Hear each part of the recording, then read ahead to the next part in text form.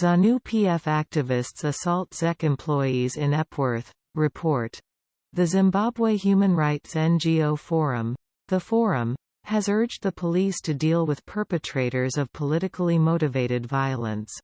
This comes after 7 Zimbabwe Electoral Commission (ZEC) employees were allegedly assaulted by ZANU-PF activists on Monday in Epworth for wearing yellow reflectors while conducting voter education. The Forum said, 7 Zimbabwe Electoral Commission staffers were assaulted by ZANU-PF activists in Epworth on 13 March for wearing yellow reflectors while conducting voter education in the dormitory town. They were bundled in a combi and assaulted by the activists led by Kudakwashi Damison, a ZANU-PF losing candidate in the 2018 polls, before being dumped at Epworth police station. ZEC on Sunday 12 March commenced a mobile voter registration exercise ahead of the 2023 general elections. ZEC said that the outreach will take place at over 21,000 centers nationwide until March.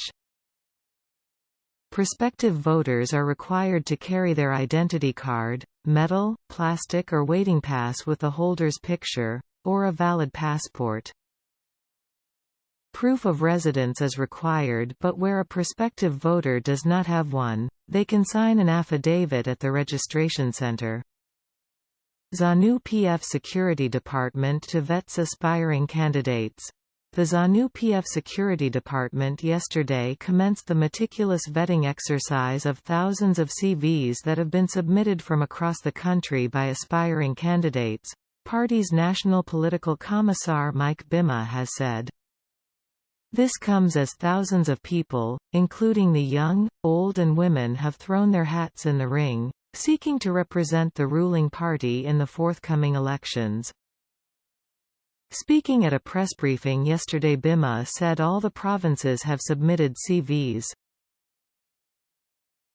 Now the submissions have been made, the ZANU-PF Security Department has now commenced the vetting exercise, which they are going to do from now onwards. Because of the time constraints, in whatever we do we now have to work 24 hours to make sure that we meet the deadline. The Security Department is currently looking at the submissions made and vetting them, he said. Those with complaints, he said, should submit them in writing, so that they will be dealt with accordingly. We anticipate that after the vetting exercise, today, at 5 p.m. we will have a special committee that looks into the complaints, which will then convene to look into these complaints one by one and make their recommendations and suggestions, said CDE Bima. After dealing with the complaints, the National Elections Directorate Committee will convene a meeting to consider all the work that has been done and go through all the processes. In so doing, he said, it will come up with recommendations. It is our hope then that once we have information, once we have the returns from these committees and once we have submission from the Security Department, we will now be ready to convene a meeting of the National Elections Directorate. The committee will consider all the work that has been done, go through all the processes. The technical committees, he said, are already looking into logistical issues in terms of transportation of ballot papers, printing of ballot papers and deployment of polling officers.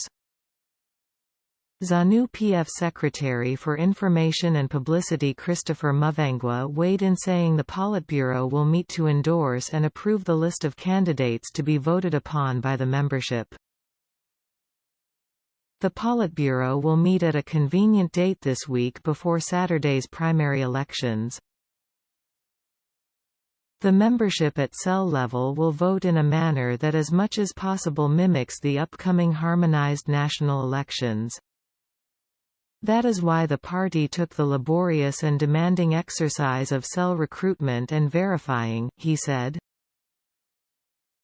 CDE Mavengwa added that President Mnangagwa is ensuring that the primary elections comply with the tested and proven historical traditions on one hand and the pedigree of democratic practice in line with the national constitution. In the primaries, cell registers will be used as a vote as roll.